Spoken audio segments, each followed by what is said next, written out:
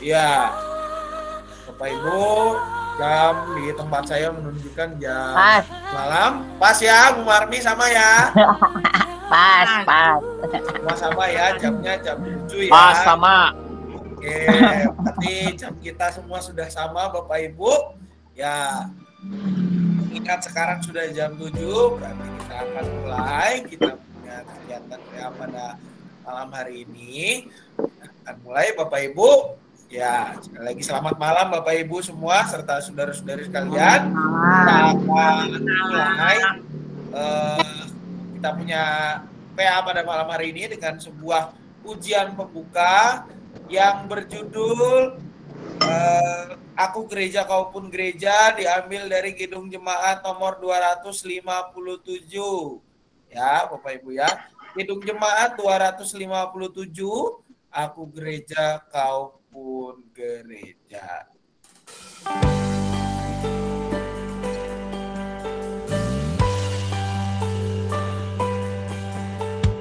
Aku gereja, kau pun gereja, kita sama-sama gereja. Dan pengikut Yesus di seluruh dunia, kita sama-sama gereja. Gereja bukanlah gedungnya, dan bukan pula menaranya. Bukalah pintunya, lihat di dalamnya, gereja adalah orangnya. Aku gereja, kau pun gereja, kita sama-sama gereja. Dan pengikut Yesus di seluruh dunia, kita sama-sama gereja. Berbagai macam manusia terdiri dari bangsa-bangsa, lain bahasanya dan warna kulitnya, tempatnya pun berbeda juga.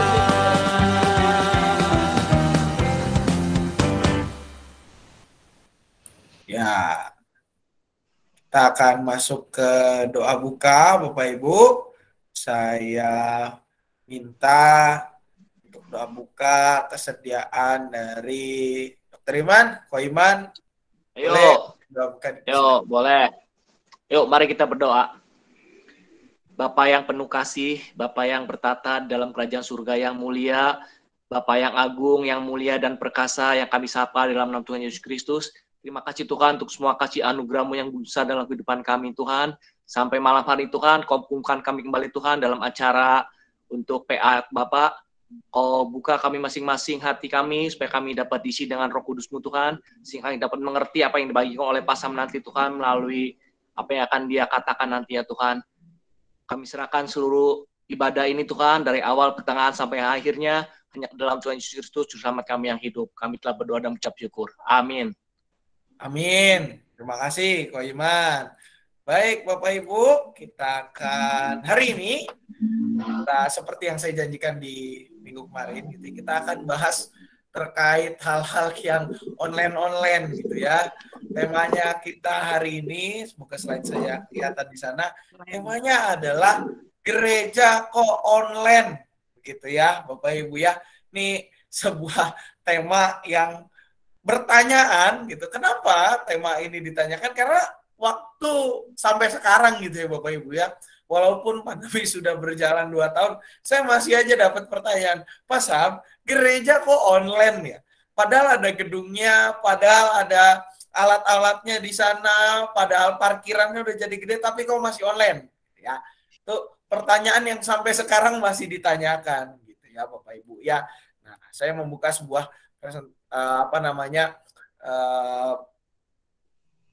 PA atau pemaparan saya terkait materi kita hari ini adalah dengan sebuah kenyataan bahwa 2 tahun, Bapak Ibu, sudah seperti yang saya katakan, 2 tahun sudah kegiatan kita itu sebagian besar dilakukan secara online, ya Bapak Ibu ya. Sudah 2 tahun Bapak Ibu kegiatan kita sebagian besar kita dilakukan secara online.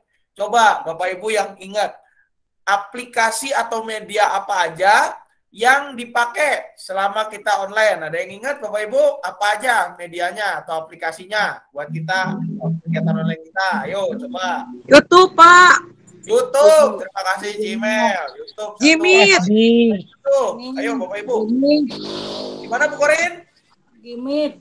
Google Meet, betul ya. Ada SD. Ada satu lagi nggak kira-kira Bapak Ibu selain 3 ini? Ada nggak? Facebook, ya betul. Bu Tentrem betul. Facebook kita masih jalan. Ada lagi nggak Bapak Ibu? Yo, bertiga nih. Zoom meeting ya? Kenapa Bu? Zoom. Zoom pernah dulu kita pakai, betul. Sekali-sekali di awal. Cuman nggak dipakai lagi. Karena limit waktunya ternyata cuma 1 jam begitu ya kalau kita yang gratisan. Itu dia. Terus juga ya beda lah sama Google Meet gitu ya. Kalau kita lihat Bapak Ibu tadi yang diungkapkan betul ya, umumnya dipakai YouTube ya. YouTube buat apa aja? YouTube tuh banyak. Kalau ditanya channel GKI Cicurug tuh punya 2 channel Bapak Ibu. Saking banyaknya kegiatan kita buka 2 channel. Channel pertama adalah channel yang biasa buat segala ibadah umum, lalu juga ibadah umum, remaja, terus yang tiap Selasa sama Jumat apa Bapak Ibu nama kegiatannya? Salam. 7. Kenapa Cimel? Salam. Salam ya. Salam. Tayangan ulang PRTPA segala rupa. Informasi segala rupa gitu ya. Yang aksi puasa lah segala rupa, video termasuk video-video sosialisasi, video Ukrida semua ada di situ. Ya, channel pertama. Yang kedua channelnya adalah Komisi Anak. Itu channel yang khusus kelas sekolah minggu. Karena videonya banyak juga gitu ya. Saat teduh, lalu juga kelas-kelas sekolah minggunya. Jadi kalau kita pakai bersamaan akan membingungkan nanti. Bukan membingungkan aja, tapi juga kepenuhan videonya gitu ya. YKB aja Bapak Ibu, YKB GKI itu sampai mecah jadi berapa channel dia bikin gitu ya. Ada channel khusus Bible Study lah, channel khusus buat inilah. Kita GKI Cicurug bersyukur cuma 2 gitu ya. Cuma 1 sekolah minggu, 1 buat yang kegiatan lebih umumnya gitu ya, lebih banyak. Kalau ditanya Instagram juga banyak. Kita punya media sosial Instagram. Ada Instagramnya gereja, ada Instagramnya remaja, ada Instagramnya pemuda, ada Instagramnya Komisi Anak juga. Ya, banyak, saking kebanyakan info. Ya. Dan juga yang berikutnya adalah untuk Google Meet. Google Meet ini yang biasa kita pakai buat rapat, kita pakai buat PRT atau PA. Intinya kegiatan-kegiatan yang sifatnya interaktif. Interaktif itu kita pakainya Google Meet, Bapak Ibu. YouTube dan Google Meet. Ini cuma 2. Di gereja-gereja lain saya nggak tahu. Mungkin mereka bisa 3. Ada lagi Google Meet, ada lagi Zoom gitu ya. Ada lagi YouTube, ada lagi apa lagi. Mungkin nggak tahu lah apa lagi gitu ya. Saking banyaknya gitu ya alatnya. Nah Bapak Ibu, 2 itu pertanyaan saya. Ini jujur aja saya nanya. Kita udah 2 tahun nih sama mereka jalan nih. Ribet nggak Bapak Ibu pakai alat-alat itu? Ribet nggak? Ribet Bu. Kenapa ribetnya? Bu Retnasi, coba. Kadang sinyalnya nggak ada, jadi susah muter terus.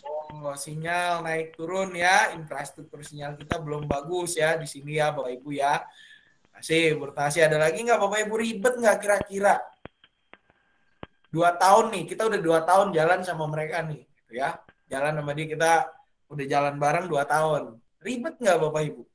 Coba.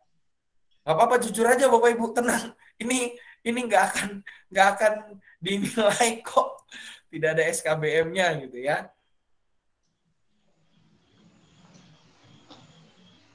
Pak, gimana, Ci? kalau buat saya sih nggak ribet ya. Cuman kadang-kadang lagi awal-awal YouTube itu ibadah pagi, banyak gangguan teknis ya. Yang suaranya kecil ya, yang itulah inilah. Nah itu aja sih Pak. Kalau saya sih tayangan yang ibadah umum khususnya apa mic-nya yang pro kantor lebih kenceng lah, apa yang khotbah kecil ini kan sering terjadi gitu. Lagi awal-awal sih ya, sekarang sih udah oke. Sekarang udah bagus. Awalnya ribet, lama-lama jadi terbiasa. Udah mulai jam 7 Google Meet, dipencet aja linknya nanti kebuka gitu ya, Bapak Ibu ya. Tentu Bapak Ibu, kita 2 tahun sama mereka ini ada suka dan ada dukanya kalau saya bilang gitu ya. Ada ribet, ada enggaknya juga. Dulu awal-awal saya yakin dan percaya kita semua merasa ribet. Aduh ini apa?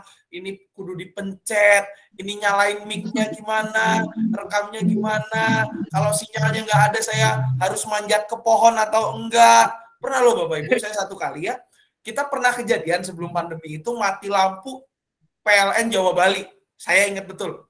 Jadi waktu itu ibadah masih 2 kali, yang ibadah kedua itu kita udah pakai genset di gereja. Saya pulang ke rumah, waktu itu saya masih tinggal di Lido, pulang ke Pastori gitu ya. Itu mati lampu di Lido. Sinyal nggak ada Bapak Ibu. Bapak Ibu coba bayangin di zaman sekarang, sinyal handphone nggak ada, buat nelpon nggak bisa. Bapak Ibu. Selama 2 hari kurang lebih.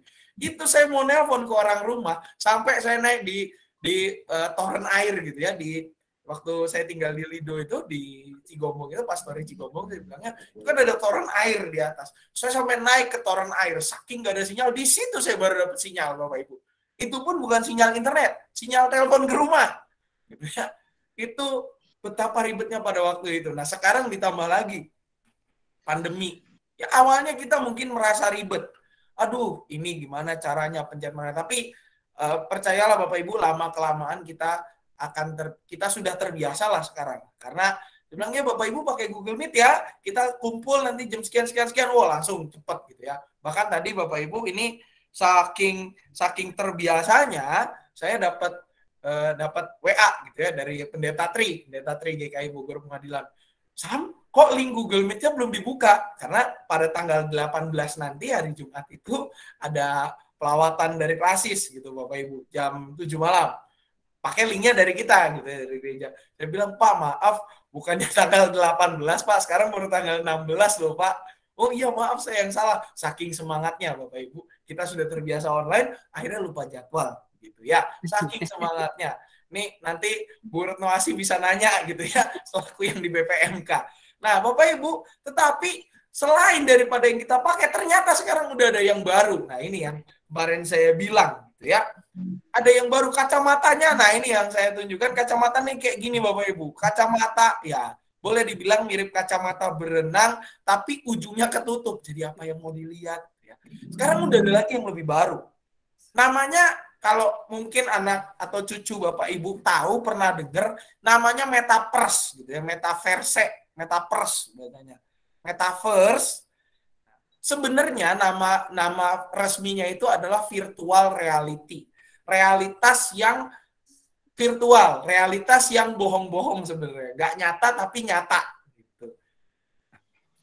Ini lebih baru lagi, Bapak Ibu. Ya kita belum mengarah ke sana sih, GKI Ciceruk belum mengarah ke sana karena alat-alatnya, sumber dayanya juga sangat mahal. Yang pertama, yang kedua juga belum banyak, walaupun sudah mulai dipakai oleh gereja-gereja. Saya ada beberapa gereja yang saya jadikan contoh, begitu ya.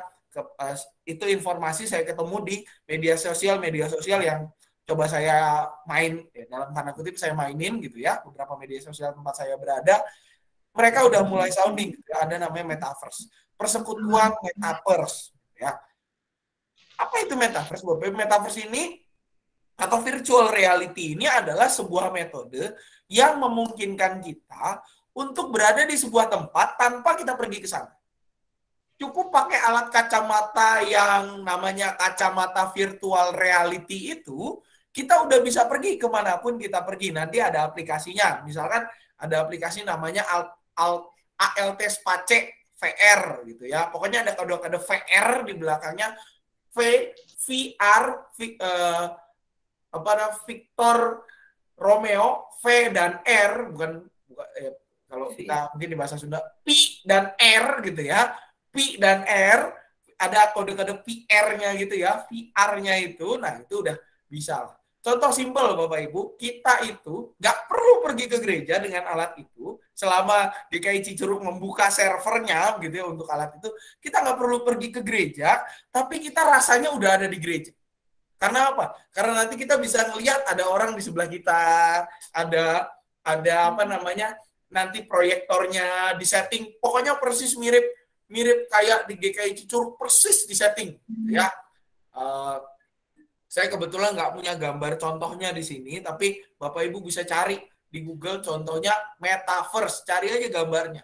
Itu di sini nanti ada LCD-nya, di sini ada apa, nanti ada yang khotbah di depan, persis Bapak Ibu. Jadi kita nggak perlu pergi ke gereja, tapi kita bisa pakai alat itu di rumah, duduk dimanapun kita berada, selama masih ada koneksi internet yang kuat dan bagus, dan alatnya juga mumpuni, kita udah nyampe ke gereja. Atau yang kedua, kita pengen banget jalan-jalan ke, misalkan, katakanlah Bapak Ibu ya, tempat, kalau Bapak Ibu ditanya, tempat atau kota mana yang pengen banget Bapak Ibu datengin, ya. Tempat mana yang pengen Bapak Ibu datengin? Coba. Kota atau tempat, ada nggak Bapak Ibu yang kepengen banget, saya pengen banget jalan-jalan ke sana, misalkan.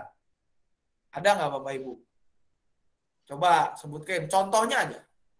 Kota mana atau tempat mana gitu ya. Yerusalem, Pak. Yerusalem ya Cia. Nah, ke Yerusalem nih. Misalkan nih ya, kita mau pergi ke Yerusalem. Cukup pakai alat itu aja Bapak Ibu, kita udah nyampe di Yerusalem. Dengan segala tampangnya gitu ya, Yerusalem masa mau masa lalu, mau masa kini bisa. Mau Yerusalem zaman Yesus bisa disetting gitu alat. Bisa kita pergi. Nggak usah kita pakai paspor, nggak usah kita booking tiket pesawat, nggak usah kita terbang lewatin mana-mana dulu, nggak usah kita mikir bawa baju apa, kita udah nyampe. Ya. Itu yang akan kita hadapi ke depannya. Ya, ke depannya kita akan seperti itu. Untuk daerah Cicurug sendiri masih lama, mungkin masih 3-5 tahun lagi dari sekarang, karena infrastruktur kita untuk persinyalan, untuk jaringan masih dalam tahap pengembangan semua gitu ya. 4G jaringan 3G aja baru mau dimatikan, itu masih berproses gitu ya Bapak Ibu ya, supaya kita bisa 4G dan sinyalnya lebih stabil gitu ya. Tapi kita mungkin karena mempertimbangkan alatnya yang cukup mahal dan segala sesuatunya itu mungkin masih masih 3-5 tahun. Tapi di kota-kota besar itu mungkin sekarang udah mulai banyak. Karena apa? Karena ada beberapa gereja yang sudah pakai. Contoh pertama, ada sekarang ibadah itu namanya NDC Metaverse. Apa itu pasam NDC? Kayak namanya nggak asing. Oh, itu adalah sebuah gereja, Bapak Ibu. Sebuah gereja di daerah Jakarta. Di daerah Grogol situlah gerejanya, di Central Park, seingat saya. Itu sebenarnya namanya mereka adalah GBI Nafiri. Nah, kenapa namanya? Kok namanya NDC? Oh iya, karena mereka punya panggilan juga adalah Nafiri Discipleship Church. Saya kurang kenal Pak Sam. Oh, kurang kenal? Nah, kalau Bapak Ibu kurang kenal, coba kita cari lagu namanya Waktu Tuhan. Itu bikinannya mereka. Mungkin kita akan langsung tahu kalau judul lagu yang namanya Waktu Tuhan. Sempet pada masanya itu ngehits, nge-booming banget. Semua orang pengen banget nyanyi lagu itu, gitu ya. Semua orang pengen nyanyi, bahkan nyanyi di depan gereja Persembahan Pujian juga ini. Nah, itu gerejanya yang bikin itu namanya NDC. Mereka singkatannya adalah NDC. Mereka udah punya namanya Persekutuan Metaverse, NDC Metaverse. Pakai alat yang tadi itu, alat yang digambar kita ini, kita udah berasa di gerejanya. Karena apa? Karena di Jakarta itu kan PPKM-nya masih cukup ketat. Jadi mereka nggak bisa ke gereja, akhirnya mereka gerejanya itu memutuskan, oh sudahlah, kita bikin aja kayak gini supaya orang bisa berasa di gereja walaupun mereka nggak ke gereja.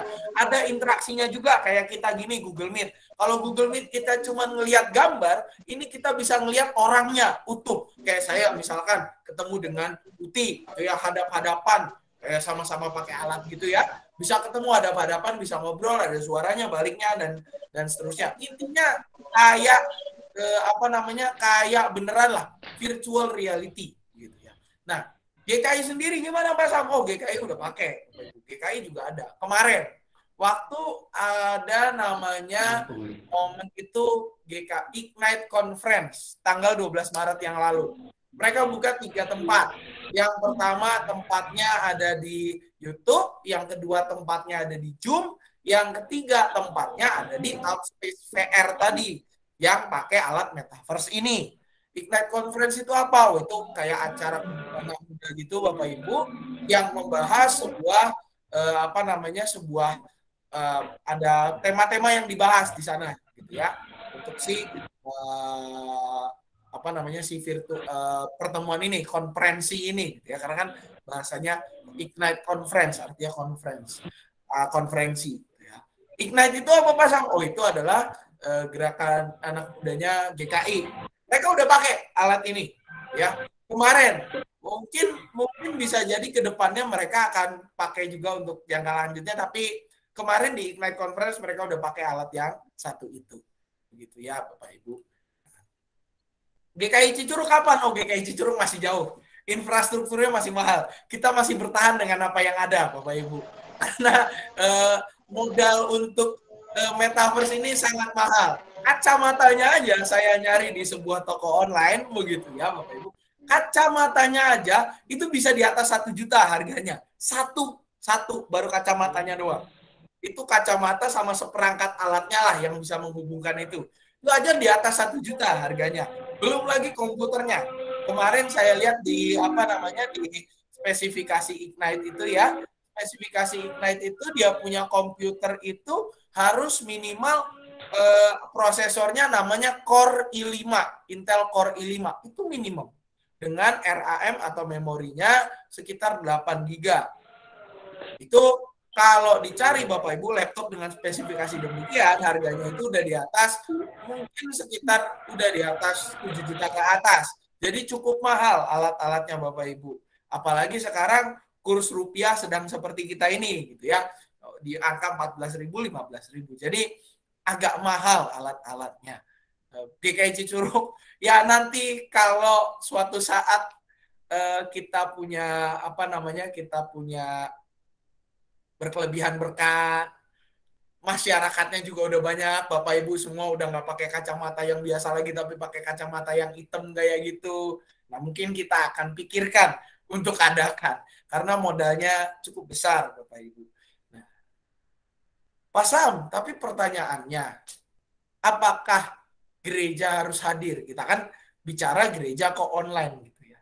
Apakah gereja harus hadir dalam ruang tersebut? Apalagi kalau udah dengar soal anggaran. Anggarannya mahal, masyarakatnya belum banyak. Apakah gereja harus hadir di dalam ruang online tersebut? Pak Sam, jawabannya Bapak Ibu pastinya itu harus. Loh, kok harus? Karena gereja itu tidak terbatas pada sebuah ruang. Melainkan gereja itu adalah suatu hal yang multidimensional.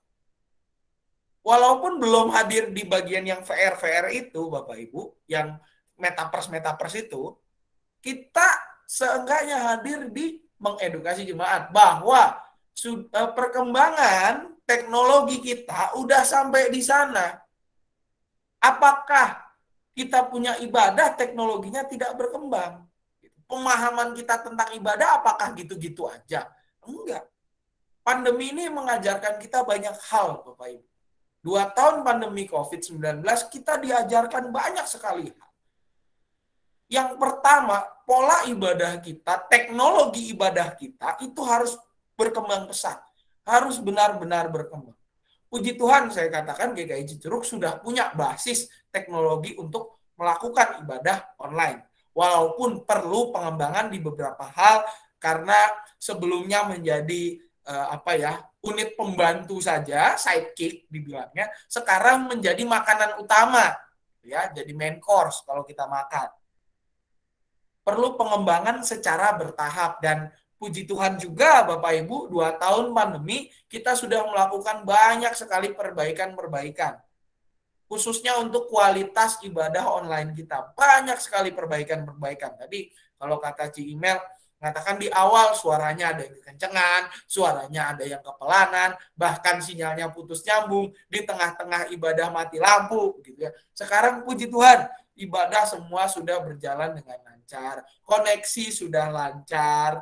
Pendaftaran ibadah juga sudah berjalan dengan baik walaupun kemarin di beberapa handphone ada masalah begitu ya, beberapa jenis handphone, tapi kalau kita klik dari media sosial semuanya jalan gitu ya. Kita bersyukur kita sudah punya basis untuk itu.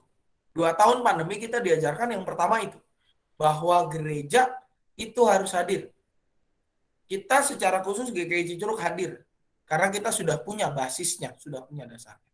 Dan yang kedua Bapak Ibu, tidak hanya teknologi peribadahan saja yang berkembang, tetapi pemahaman kita yang harus berkembang, Bapak Ibu. Kalau Bapak Ibu perhatikan di gambar pertama, slide kedua lah, habis slide judul saya kan ada slide kedua yang ada tulisannya 2 tahun. Bapak Ibu ingat itu gambar apa? Foto apa? Anak-anak, orang tua, atau foto saya? Coba ingat-ingat slide kedua, ada yang masih ingat nggak? Benar-benar masih pada ingat nih. Anak-anak, Pak. Anak-anak kecil ya? Benar ya? Iya, kecil lagi duduk. Lihat, saya mundurin dulu deh. Oh iya benar, anak-anak. 100 email berarti. Nah Bapak Ibu, ini foto nggak saya ngambil dari internet. Ini saya foto ngambil dari Facebook, Bapak Ibu.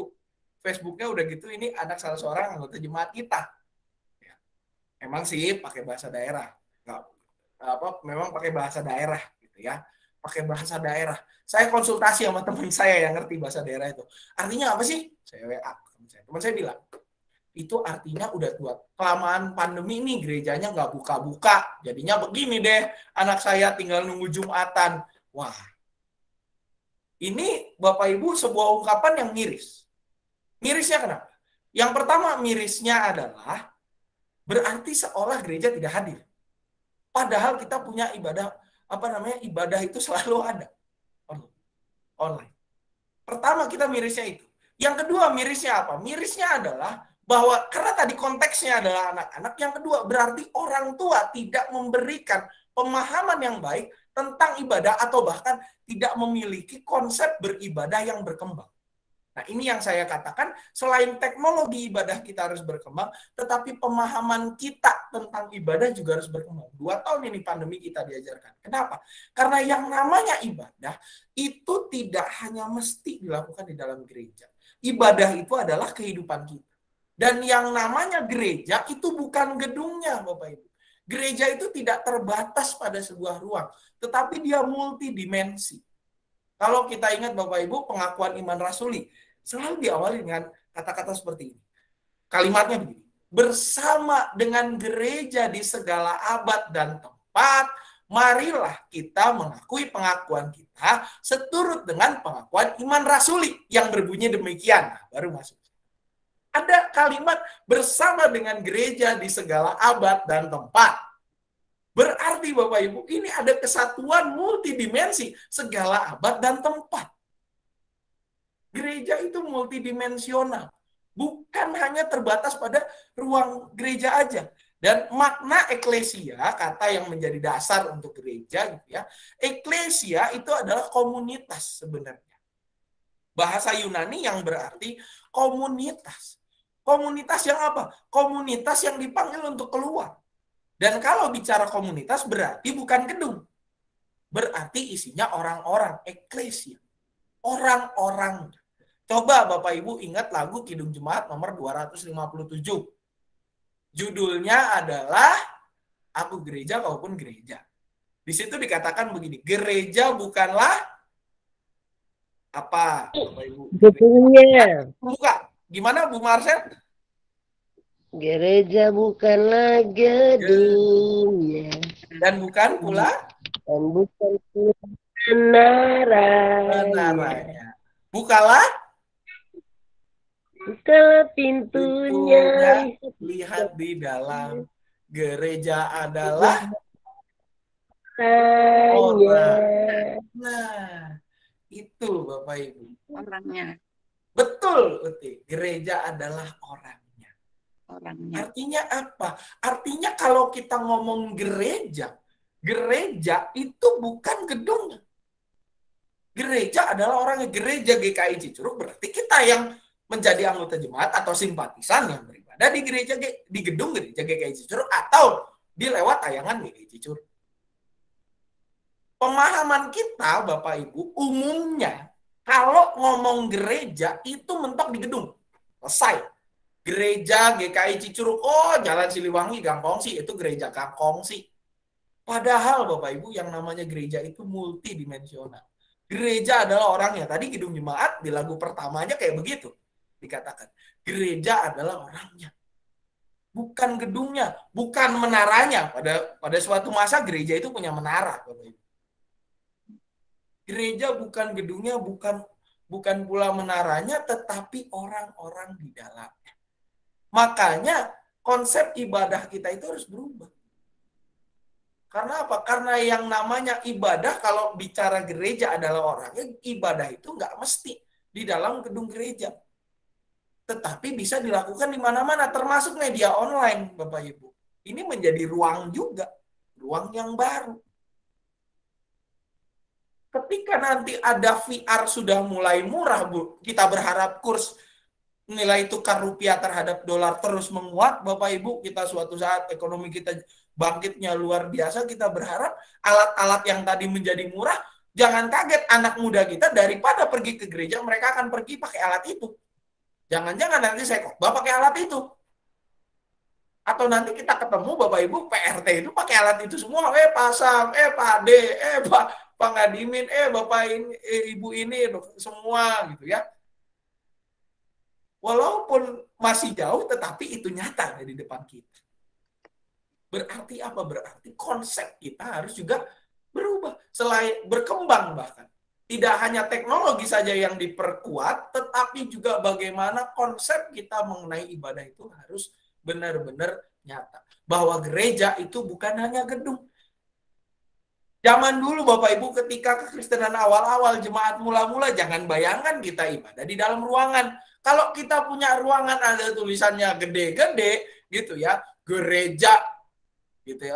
Udah, besok nggak sampai 1 menit kita didatengin pasukan Roma, ditahan kita semua. Sudah selesai, game over kita hari itu. Jadi gimana?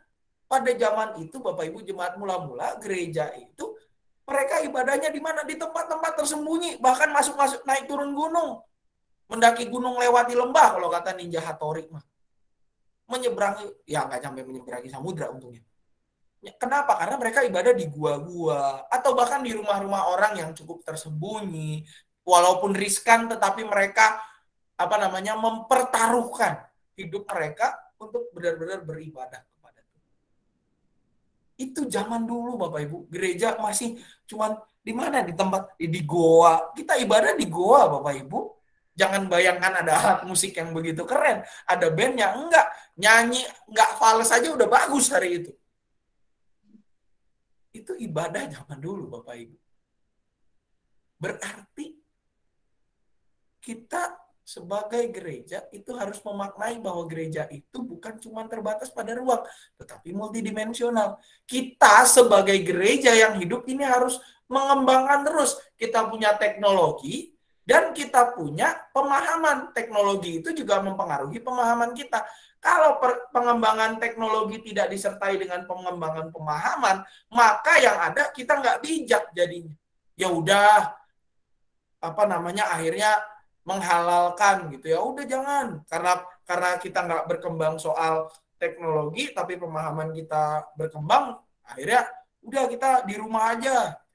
Atau ketika teknologi kita terlalu berkembang tapi pemahaman kita nggak berkembang, jadilah kita ibadah tapi sambil makan. Itu Bapak Ibu. Bersyukur Bapak Ibu kita bisa fokus sampai di detik ini. Saya paling suka kalau lihat PRT gitu ya, Bapak Ibu fokus semua ngelihat. Kadang kalau ngelihat yang remaja itu kadang saya dengar cerita sekolah minggu, anak-anak sekolah minggu kadang sambil makan anaknya lagi kelas. Padahal udah dibilang di depan. Fokus gitu ya. Nah, pendapat yang muncul berikutnya Bapak Ibu, tadi saya angkat yang gambar tadi di depan itu beneran Bapak Ibu. Itu saya nggak bohong-bohong. Itu bener, gambarnya bener. Saya ambil dari Facebook tadi siang. Ya, Facebook salah seorang anggota jemaat kita, nggak usah saya sebutkan namanya. Saya ambil dari situ dan itu menjadi sebuah koreksi juga buat buat saya dan juga buat banyak pihak. Dan yang menuntun saya untuk menyusun materi ini. Begitu. Sekarang aja udah banyak yang terhilang, Pak Sam. Ketika online ini, aduh, jadi males begini-begini. Karena apa? Karena halangannya banyak. Gimana gereja menyikapinya? Nah, Bapak Ibu, kalau bicara soal yang terhilang, saya sudah pernah ngobrol dengan banyak orang. Khususnya ketika saya juga menjadi pendamping wilayah, jadi saya cukup sering pergi ke wilayah saya gitu ya. Saya cuma nanya, Bapak Ibu kenapa jarang hadir di gereja? Aduh, saya malas pasang kalau ke gereja. Kenapa? Yang pertama harus daftar. Kok daftar aja males gitu ya. Karena ini nanti takut datanya bocor loh. Padahal bocor kemana? Orang datanya nyimpennya juga di laptop TU gitu kan. Nggak akan kita pakai kemana-mana. Tapi kalau di secara umum Bapak Ibu, apa aja sih alasannya? Yang pertama, alatnya mendukung. Pertama, saya handphonenya masih naninut ya, atau sinyal di tempat saya susah ya, sinyal hilang. Yang kedua, kalau rekan saya mengatakan sinyalnya larut gitu, kalau di saya bilang sinyalnya hanyut. Sinyal sering hanyut, tadi Bro Noasi bilang susah sinyalnya naik turun gitu ya. Dulu memang pada waktu awal pandemi saya pergi ke tempat wilayah saya mendampingi. Awal-awal pandemi itu saya ngobrol dengan beberapa, berarti sekitar 2020 pertengahan, saya pergi ke daerah wilayah 5, tempat saya mendampingi gitu ya. Saya lihat memang belum banyak yang pakai wifi. Dari sekian banyak rumah, paling dari mungkin kalau saya datang ke 10 rumah, paling yang dari 10 rumah itu yang pakai alat wifi itu cuma 1 atau 2. Jadi masih bisa saya terima, oh sinyalnya susah. Dan daerah situ juga HP saya naik turun sinyalnya, agak sulit. Tetapi sekarang terakhir saya melakukan kunjungan itu sebelum saya penghabisan Bapak Ibu, sekitar 2021 akhir. Saya main ke daerah sana, nganterin segala rupa lah intinya gitu ya, sebagai pendamping wilayah yang baik gitu ya. Nganterin segala rupa. Saya lihat dari 10 rumah, 9 udah pakai wifi Bapak Ibu. Jadi, dan mereka ketika ngomong, susah sinyalnya. Padahal saya tanya, Pak, coba bagi wifi-nya. Saya tes pakai HP saya. Kenceng. Dan ketika saya datang, mereka lagi muter tayangan YouTube. Gitu ya. Lah, kenapa jadi ngomong sinyal hilang di rumah? Dari 10 rumah, 9 udah pakai wifi. Berarti kan udah peningkatan yang luar biasa. Dan ceritalah, oh iya sekolah online begini segala rupa. Tetapi saya bilang, kalau ibadah gimana? Aduh, hari Minggu, Pak. Pertama, informasi kurang. Kan ada WA group. Saya selalu posting. Nomor Bapak ada kan? Saya aja dapat nomor Bapak dari WA loh. Oh iya. Kurang fokus, Pak. Beda kalau di gedung gereja. Kalau di rumah, godaannya banyak. Itu ya, Bapak Ibu ya. Di rumah, godaannya banyak.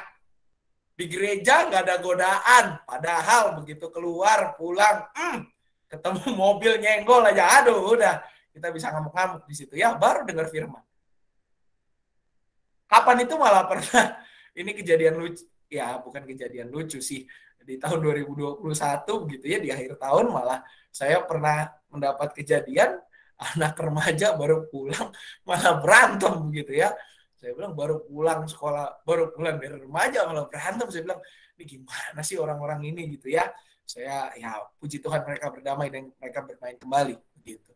Nggak fokus. Kalau di gedung gereja rasanya hikmat gitu ya. Kalau di rumah nggak fokus, gangguannya banyak ini dan itulah gitu. Dan alasannya tuh lain-lain Bapak Ibu. Kalau di list satu persatu nggak cukup slide saya sampai dengan 30 slide kalau alasannya di daftar satu-satu. Tetapi Bapak Ibu, dari alasan-alasan ini sebenarnya mengerucut ke satu hal. Kalau tadi saya bilang 2 ketika bicara ibadah. Yang pertama, teknologi ibadah kita harus berkembang, dan juga pemahaman kita tentang gereja harus berkembang.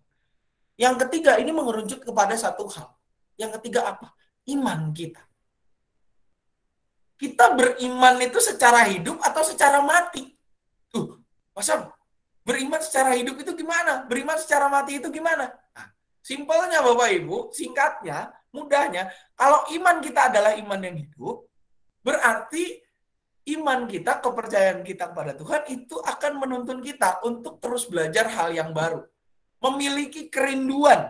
Ya, salah satu contohnya adalah punya kerinduan untuk ikut walaupun online, walaupun susah, ayo belajar.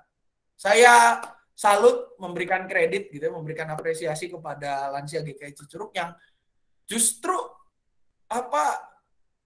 mereka di tengah keterbatasannya belajar. Ya, Bapak Ibu, ini sebagian besar bahkan lansia di sini yang hadir. Ya, catatan. Ini sebagian besar lansia yang hadir. Berarti apa? Berarti di tengah keterbatasan kita mau belajar. Itu iman yang hidup contohnya. Walaupun ibadah online oke. Saya datang, Pak Sam, ibadah online saya fokus, duduk, ngeliatin. Itu contoh iman yang hidup. Nah, kalau iman yang mati gimana, Pak Sam? Oke, iman yang mati. Ada gangguan sedikit, ditinggalkan ibadah. Itu contoh iman yang mati. Ketika kita, bukan ditinggalkan dalam artian GKI Cicurug gangguan kita pindah ke gereja lain. Itu masih hidup imannya. Karena apa? Karena punya kerinduan untuk ikut ibadah walaupun online. Itu punya kerinduan untuk ikut ibadah. Kalau imannya mati, ketika ada masalah di GKI Cicurug channel, udah matiin aja. Jegret. Nggak usah nonton ibadah, berarti saya nggak bisa. Bukannya nyari tayangan ibadah gereja yang lain kayak atau apa gitu ya. Pada hari Minggu waktunya kita mendengarkan firman Tuhan, maka kita matiin. Udahlah, nggak usah ibadah. Bahkan kadang-kadang, udah nggak usah ikut sekolah minggu dah, anak-anaknya gitu ya. Itu bukan contoh yang baik, Bapak Ibu. Udah nggak usah ikut sekolah minggu online. Sekolah minggu itu di sana mestinya. Begitu anaknya main HP sedikit, ya udahlah, kasihlah dia main HP gitu ya. Nggak ditonton tuh tayangan sekolah minggu. Tayangan sekolah minggu, udah siang aja lah, jam 9 gitu ya, diputar lagi kan masih bisa. Begitu jam 9, anaknya masih main HP, diterusin aja itu anak main HP. Mumpung hari Minggu lah. Akhirnya apa? Udah nggak ditonton tayangan sekolah minggunya, absennya hente gitu ya, absennya juga enggak. Ditanya, kamu tahu nggak firman Tuhan hari itu? Enggak, geleng kepala. Kenapa? Mama papanya ngebiarin saya. Nah loh, bingung dah. Hari itu dosa komunal kita semua. Dan itu nyata Bapak Ibu. Karena saya juga nanya, kenapa viewers sekolah minggu kecil? Saya nanya ke orang-orang yang langsung. Ke yang ini. Aduh Pak, bukannya apa, anaknya main HP melulu. Lah, seingat saya Bapak Ibu, kalau anak main HP itu kan kita bisa punya disiplin. Kita harus mengajarkan anak kita juga disiplin sedini mungkin. Berarti apa? Kita harus punya kesepakatan. Oke, kamu main HP dari jam sekian sampai jam sekian. Jam segini gereja. Aduh, gadgetnya cuma satu, Pak Sam. Gimana ya kalau gadgetnya satu? Ya, pakai daya upaya lah. Berbagi gadget gitu ya. Jam 7 masih tayangan ibadah belum kelar, atau ya sudahlah. Jam 7 biasanya kan ibadah umum itu selesai jam 8. Jam 8 kurang. Atau jam 8 lewat. Jam 8 lewat 10 gitu ya. Mentok-mentok. Kan tayangan sekolah minggu mulai jam 8. Itu premiernya, dia punya hitung mundurnya 2 menit, berarti 8 lewat 2. Masuklah 8 lewat 10, masih aman harusnya. Aduh Pak, anaknya gimana ya kalau disuruh tayangan nggak ini. Nah berarti apakah orang tuanya udah jadi teladan? Begitu saya tanya, emak bapaknya ibadah online nggak? Enggak, tidur jam 7 masih enak, masih dingin pasang. Rasanya Bapak Ibu, itu kalau saya adalah seorang pemukul baseball, saya mau ambil pukulan baseball itu. Agak kesel saya di bagian itu. Artinya kita hidup, iman kita itu hidup atau mati sih sebenarnya. Karena kalau iman kita hidup, berarti kita itu walaupun ibadah online jam 7 kita udah bangun, udah nanyain. Kalau iman kita mati, mau jam 7 malam, mau jam 7 pagi, mau ibadah online, mau gereja saya berbusa di WhatsApp kayak apa begitu ya, nggak bakal dipencet itu link. Contohnya kayak sekarang, kita dari sekian banyak orang kan cuma segini yang hadir. Ya. Padahal posternya udah keren, anak-anak multimedia sudah bekerja dengan keras, kita masih begini-begini aja. Itulah Bapak Ibu yang akhirnya juga menuntun kita ke dalam sebuah bacaan, yaitu Yakobus 2 ayat 14 ayat 2 dan ayat 14 sampai dengan 26. Bacaannya berjudul iman tanpa perbuatan pada hakikatnya adalah mati. Dalam bacaan ini Bapak Ibu ada beberapa poin. Yang pertama poinnya di sini Yakobus mengingatkan kepada jemaat yang digembalakan olehnya, iman tanpa perbuatan tidaklah nyata. Itu menjadi sebuah bualan, omong kosong, omong doang. Ngomongnya Kristen, identitas Kristen, tapi perbuatan nggak ada. Imannya nggak ada. Begitu masalah datang, begitu ini itu datang, hilang dia. Kalau perumpamaan tentang benih, benihnya itu yang apa namanya, benih yang jatuh di ladang berbatu. Begitu pencobaan datang, hilanglah imannya itu, ya. Atau yang di apa namanya, di tengah semak belukar, di tengah semak belukar. Bertumbuh, tapi begitu pencobaan datang, matilah dia. Kan? Tidak bertumbuh. Iman tanpa perbuatan nggak nyata, Bapak Ibu. Dia cuman omong doang. Oh iya, saya ke gereja hari Minggu, gitu ya. Begitu selesai dengar ibadah, keluar, pulang gereja, di parkiran mobil kegesrek atau motor kena senggol anak bocah, berantem langsung kamu. Wah, segala rupa. Nggak ada tindakan, itu nggak akan. Itu Bapak Ibu bisa baca di ayat 14 sampai 16. Lalu juga iman tanpa perbuatan adalah iman yang kosong. Bahkan dikatakan nggak ubahnya para setan, gitu ya. Yakobus 2 ayat 19 mengatakan begini, engkau percaya bahwa hanya ada satu Allah. Itu baik. Ya, itu baik. Hanya ada satu Allah, itu baik. Tetapi setan-setan pun juga percaya akan hal itu dan mereka gemetar. Setan juga percaya hanya ada satu Allah. Mereka takut.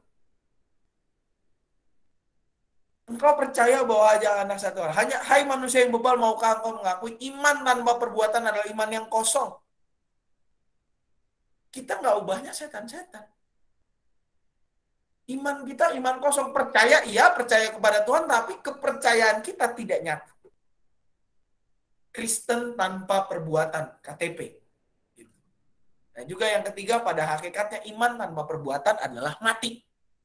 Seperti kalau dikatakan di dalam ayat 26, seperti tubuh tanpa roh adalah mati, demikian juga iman tanpa perbuatan adalah mati. Ketika iman kita hidup, maka itu pun juga bisa dirasakan oleh semua orang. Kalau iman kita mati, mau kayak apapun gereja dengan segala teknologi yang ada, dengan informasi yang sudah demikian gencar, media sosial kita aktif, Bapak Ibu. GKI Citurku media sosialnya aktif. Dibandingkan dengan gereja-gereja di sekitar kita ya, Bapak Ibu ya. GKI Citurku itu salah satu yang teraktif. Ya kalau kita bandingin dengan Bogor ya jauh lah. Kalau dengan Cici Suci aja seenggaknya kita lumayan aktif. Masih bisa nyusul Cianjur yang lebih aktif daripada kita. Ya. Lalu juga WA Group kita aktif. Wilayah banyak. Informasi masuk terus.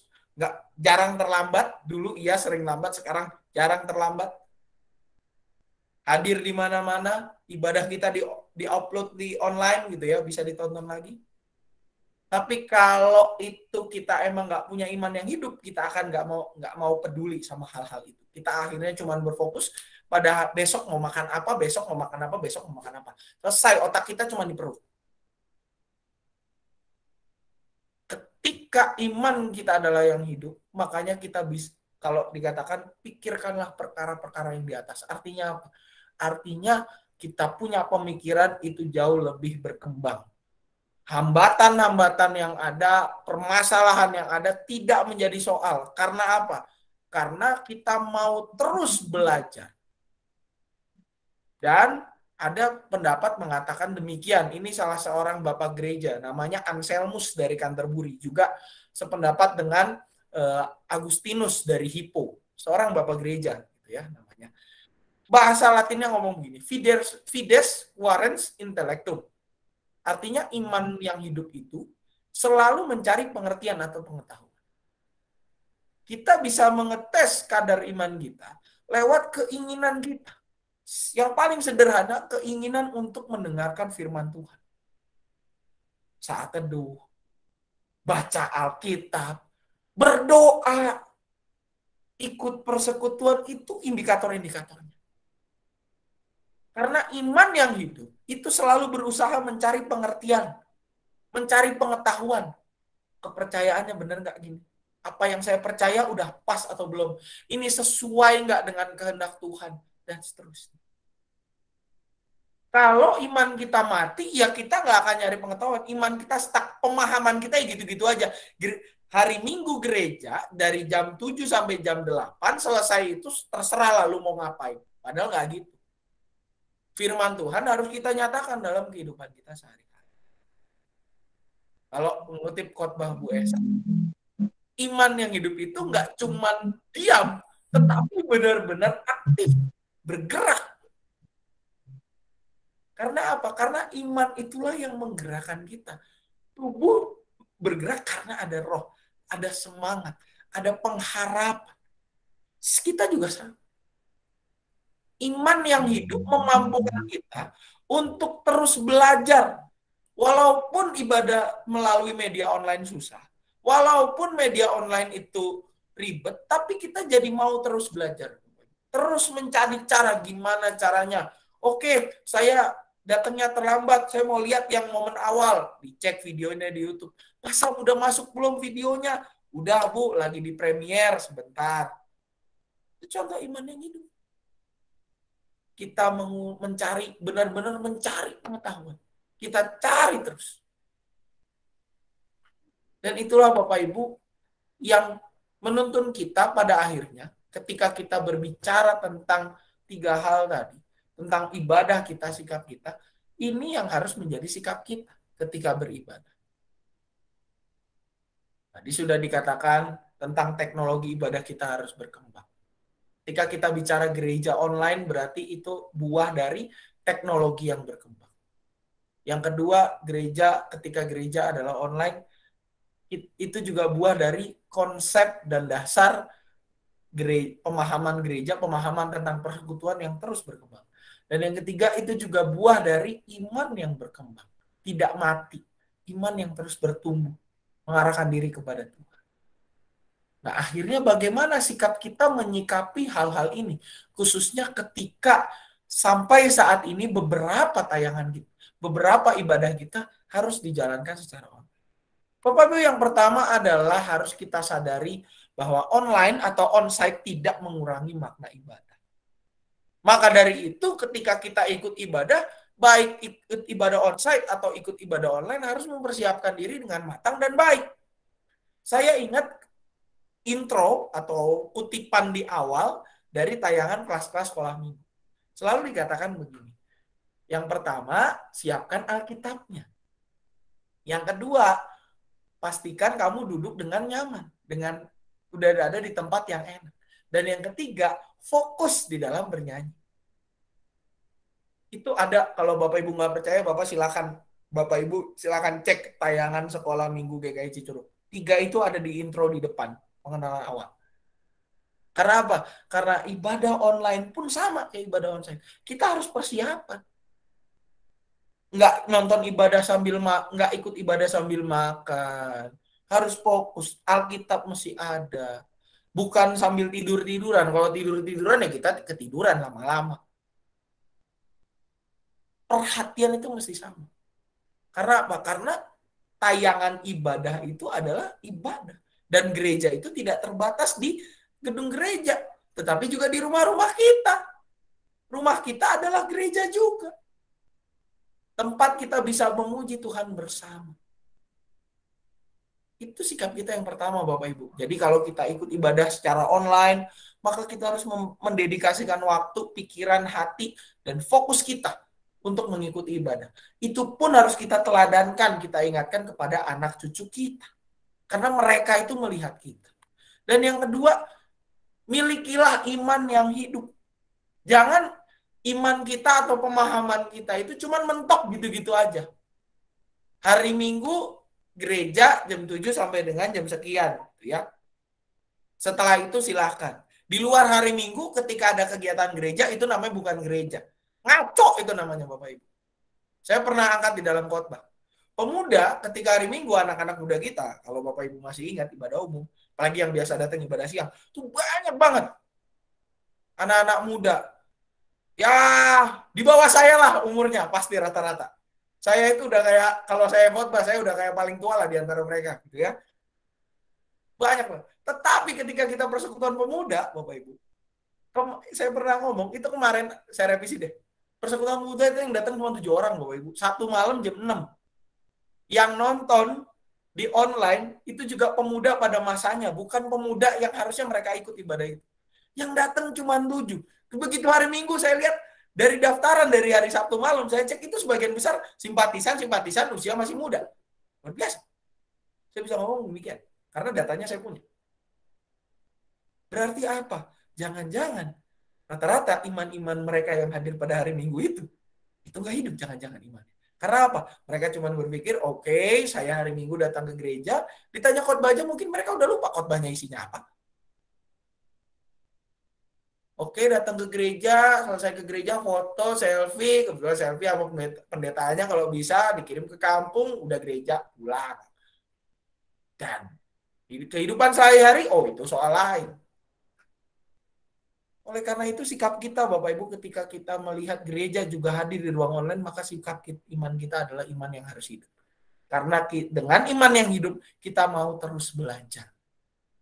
Dan jadilah teladan Bapak Ibu bagi generasi penerus kita. Tadi saya sudah angkat di awal. Anak-anaknya susah diarahkan untuk ibadah online. Saya nanya cuma satu ke orang tuanya. Bapak Ibu ikut gak ibadah jam 7? Enggak Pak, belum bangun. Nah, gimana mau jadi teladan kalau begitu? Dan juga ketika habis ibadah, saya dulu punya pengalaman begini Bapak Ibu. Ini pengalaman saya dengan orang tua saya begitu ya. Kami kalau habis pulang gereja, zaman saya dulu masih sekolah minggu, ya sampai sekarang sih kadang-kadang. Kalau pulang sekolah minggu, selalu ditanyain, tadi sekolah minggu diajarinya apa, ayat hafalannya apa, bahan Alkitabnya dari mana, gurunya ceritanya gimana. Kadang-kadang lagu-lagunya apa juga ditanyain gitu ya. Makanya saya beberapa lagu sekolah minggu ada yang saya kenal, ada yang saya nggak kenal mungkin karena saya nggak masuk di kelasnya begitu ya. Saya pasti akan ngomong, saya tadi cerita ini. Saya tanya balik ke orang tuanya. Ke orang tua saya, Papa, Mama tadi di ibadah umum apa, khotbahnya apa. Kadang saya tanya gitu, iseng-iseng aja, khotbahnya tentang ini. Dan itu menjadi perbincangan yang hangat, yang hadir sepulang kami gereja. Zaman sekarang saya lihat anak-anak pulang gereja, orang tuanya kemana, anak-anaknya di mana. Ketika waktu itu sekolah minggu masih onsite, masih normal, mamanya kemana, bapaknya di mana, di belakang itu yang sekarang udah nggak ada tempatnya, puji Tuhan tempat itu diaturkan. Bapak-bapaknya di belakang, mamanya di depan, karena ada tukang sayur biasa di depan gereja, anak-anaknya main sendiri. Begitu pulang, ayo sini pulang gitu ya. Satu kali saya tanya ke anak-anaknya itu, ada yang karena dia ngomong bahasa apalah gitu ya, nggak sepatutnya dia ngomong seperti itu di gereja. Saya nggak tanya, kamu diajarin apa minggu ini? Ayat Alkitabnya dari mana? Ayat hafalannya apa? Nggak bisa jawab Bapak Ibu, padahal baru keluar dari sekolah minggunya. Teman-temannya bisa jawab, bahkan yang lebih kecil dari dia masih ingat. Dia nggak bisa jawab. Bapaknya datang satu kesempatan, iya Pak, ini mesti dimarahin Pak, anaknya begini. Saya cuma tanya satu, bapaknya tadi ke gereja enggak? Udah kena satu pasal sama saya. Bapaknya nggak ke gereja, ingat nggak? Baca Alkitab nggak di rumah? Enggak. 2. Dia bilang, Pak, satu lagi nih kayak penggalan khusus nih. Cepat-cepatlah ditarik anaknya itu pulang. Kita harus jadi teladan, Bapak Ibu. Dan pandemi ini mengajarkan kita untuk melakukan hal ini. Online dan onsite tidak mengurangi makna ibadah. Iman kita harus tetap hidup. Dan yang ketiga, kita harus menjadi teladan. Contoh bagi anak cucu kita. Kalau anaknya nggak fokus ibadah, jangan salahkan anaknya. Saya pasti salahkan orang tuanya. Orang tuanya udah melakukan fungsi sebagai orang tua dengan baik dan benar belum? Udah ngarahin belum? Apakah ketika ngarahin dia cuma ngarahin terus ditinggal, anaknya asik dengan gadgetnya, atau benar-benar ikut ibadah? Itu Bapak Ibu yang harus kita miliki. Dan kembali ke tema kita, karena tema kita ada pertanyaan, saya harus menjawab pertanyaan ini bahwa kenapa gereja online? Kenapa gereja kok online? Karena gereja itu bukanlah gedung atau ruangannya, tetapi adalah balik lagi, gereja adalah orang. Artinya Bapak Ibu, gereja itu harus hadir lewat cara dan media apa saja. Kalau suatu saat metaverse itu laku, maka gereja, bahkan sebelum metaverse laku, gereja harus sudah siap untuk menghadapi kenyataan bahwa kita harus hadir di ruang virtual. Mungkin 10 tahun dari sekarang yang namanya gereja, ada gereja virtual, ada tayangan YouTube, makin beragam lah ibadah kita. Ibadah virtual, ibadah YouTube, ibadah apapun itu namanya, nggak tahulah apa. Gereja harus tetap hadir. harus mampu hadir lewat cara dan media apa saja. Kenapa? Untuk memberitakan berita Injil Tuhan kepada setiap umatnya. Cara bisa banyak Bapak Ibu, tetapi satu yang harus kita tetap beritakan, yaitu Injil Tuhan kita, Yesus Kristus, yang mewartakan keselamatan di tengah dunia. Demikian Bapak Ibu, materi kita hari ini. Barangkali ada yang mau memberikan tanggapan atau ada yang mau sharing, silakan. Mau nanya-nanya boleh. Jangan nanya itu foto siapa Bapak Ibu, yang jelas. Foto di depan. Cari sendiri aja.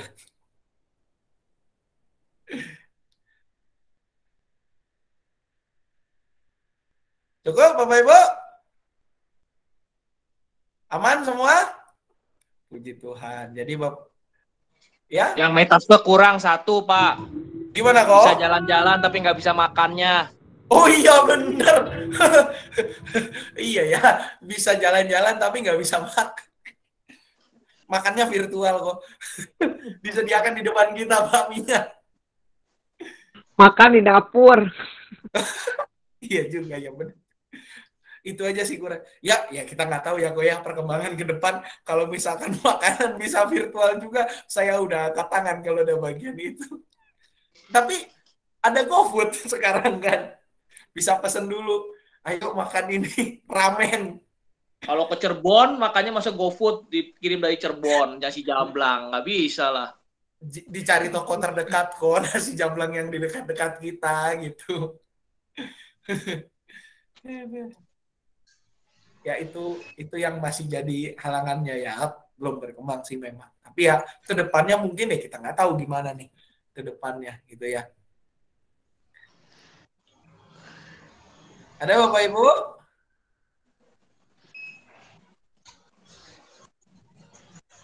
Baik, kalau sudah tidak ada, kita cukup ya sampai di sini.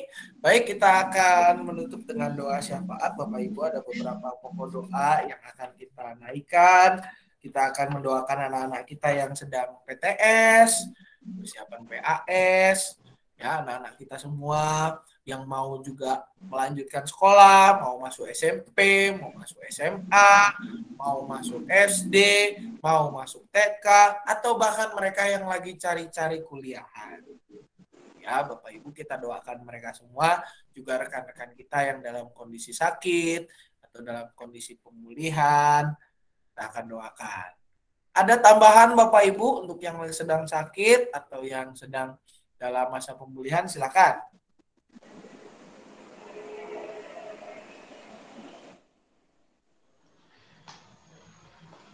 Ada?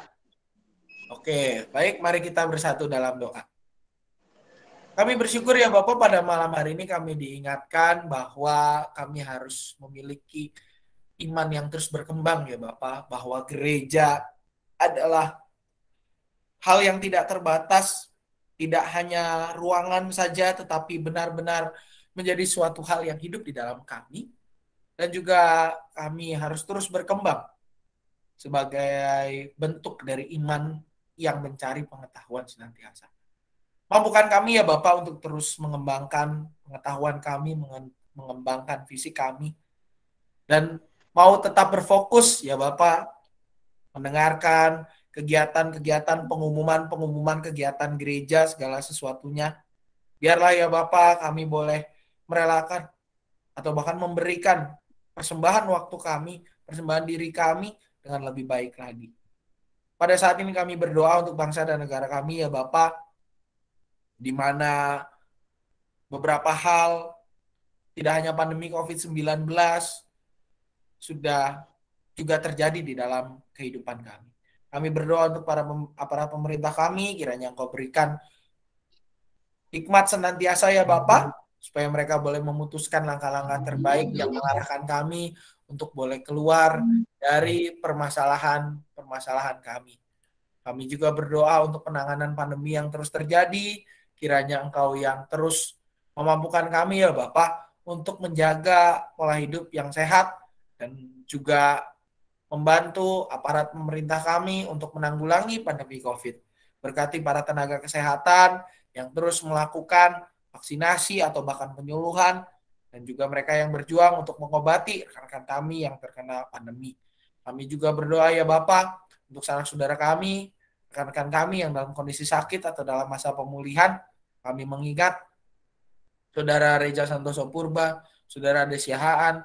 Kami juga mengingat Ibu Triwinarni ya Bapak di dalam pengobatannya, dan sanak saudara kami yang lain yang belum dapat kami sebutkan satu persatu. Tuhan, biarlah Engkau yang senantiasa hadir, Engkau yang senantiasa terus memulihkan kondisi mereka, memberikan semangat, dan juga memampukan mereka untuk berpengharapan di dalam Engkau saja. Kami juga berdoa untuk mereka, keluarga yang mendampingi, Engkau berikan hikmat selalu ya Bapak, cukupkanlah kebutuhan mereka semua. Kami juga berdoa ya Bapak untuk anak-anak kami, sanak saudara kami, mereka yang pada saat ini sedang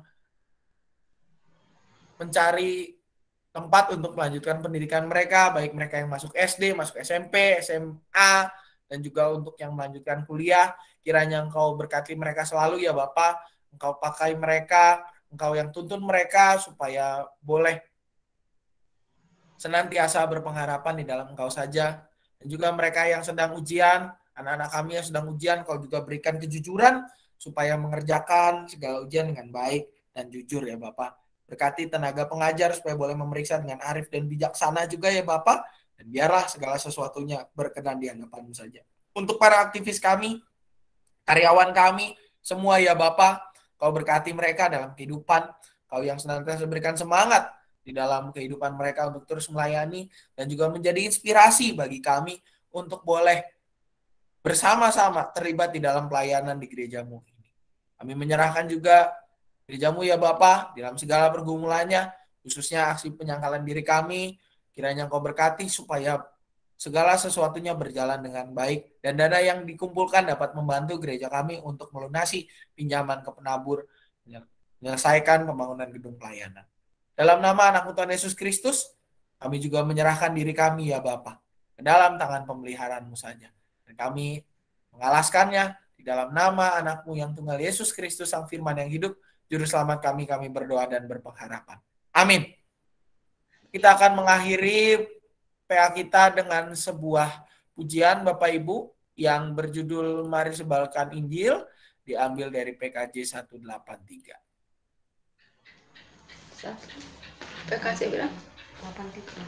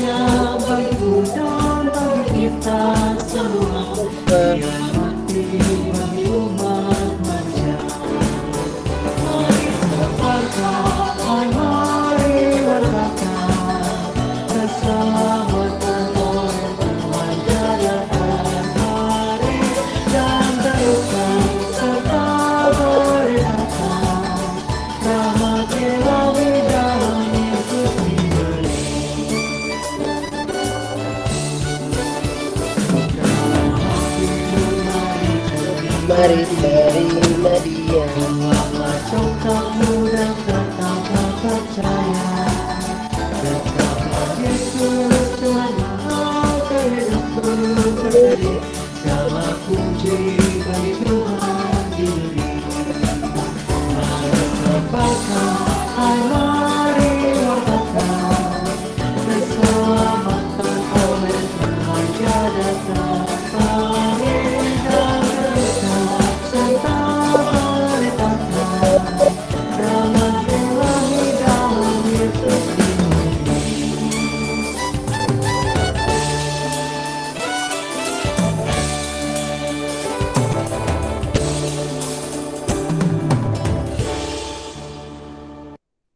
Baik Bapak Ibu, demikian PA kita pada malam hari ini. Sebelum saya menutup PA ini, ada beberapa pengumuman yang saya sampaikan. Yang pertama Bapak Ibu, ibadah minggu pendaftarannya sudah dibuka. Ya, kita bersyukur ibadah minggu tidak hanya umum saja, tetapi juga untuk remaja dan kelas Immanuel sudah boleh kembali ibadah secara onsite. Linknya masih sama seperti biasa yang ini. Namun untuk minggu ini masih usia 17 sampai dengan 60 tahun Bapak Ibu. Kita berharap mudah-mudahan kalau memang angka COVID juga terus menurun, kita berharap mudah-mudahan di tanggal 27 nanti, jadi tanggal 27 ya Bapak Ibu, tapi ini masih tentatif sifatnya. Tanggal 27 nanti lansia sudah bisa ikut ibadah. Untuk tanggal 20 masih belum bisa Bapak Ibu. Jadi dari rumah dulu yang lansia. Untuk tanggal 20 ini, tapi tanggal 27 kalau memang tren penurunan ini terus berlanjut, kita berharap, kita doakan terus Bapak Ibu lansia supaya juga sudah bisa untuk lansia di ibadah umum pada tanggal 27 Maret nanti. Untuk rekan-rekan remaja dan juga untuk rekan-rekan kelas Immanuel sudah bisa ikut ibadah secara onsite di ruangannya seperti biasa jam 9. Ya. Linknya untuk remaja di-share, link pendaftarannya di-share di grup remaja, dan untuk di Immanuel bisa menghubungi grup kelasnya atau dikirim. Ya. Dan untuk tayangan sekolah minggu tetap normal seperti biasa jam 8 pagi di channel Komisi Anak GKI Cicurug gitu ya. Komisi Anak GKI Cicurug, jangan lupa di-subscribe Bapak Ibu. Tiap pagi jam 6 ada renungannya di sana yang biasa saya share di itu ada renungannya, di sana renungan harian kita. Jangan lupa ini channelnya yang ini ya Bapak Ibu, bukan yang lain, Komisi Anak GKI Cicurug. Jangan lupa untuk di-subscribe. Dan juga itu dari kelas Daniel sampai dengan Musa tayangannya masih di sana. Kalau juga sekolah kebijakan menteri semuanya sepakat, ya mudah-mudahan setelah kenaikan kelas kita bisa kembali lagi normal untuk semua kelas. Mudah-mudahan sekali lagi Bapak Ibu kita berdoa, kita juga jaga kesehatan terus, kita pakai protokol kesehatannya. Kita berharap semuanya boleh kembali normal pertengahan tahun ini, gitu ya Bapak Ibu. Juga untuk aksi puasa jangan lupa, yang anak-anak 2.000, anak-anak kita, yang remaja 3.000, dan yang kita ya goceng lah, yang gampang gitu ya. Jangan lupa Bapak Ibu aksi puasanya terus dilakukan, kita bersyukur juga angka COVID terus menurun, tapi tetap pakai protokol kesehatan, selalu pakai masker, kemanapun Bapak Ibu berada, jangan membuat kerumunan dulu, dan juga senantiasa jaga kesehatan dengan mengonsumsi yang sehat, tidak hanya konsumsi jasmani, tapi juga konsumsi rohani yang sehat.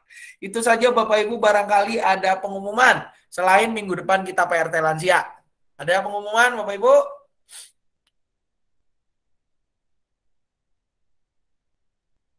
Tidak ada? Baik, kalau sudah tidak ada pengumuman, sekali lagi terima kasih atas partisipasi Bapak Ibu sekalian. Selamat malam, selamat beristirahat. Jangan lupa minggu depan PRT Lansia. Tuhan memberkati. Amin. Terima kasih Pak Sam. Sama-sama. Terima kasih Pak Sam. Terima kasih semuanya. Selamat malam. Terima kasih semuanya. Terima kasih Saya Pak undur Sam. duluan. Selamat malam.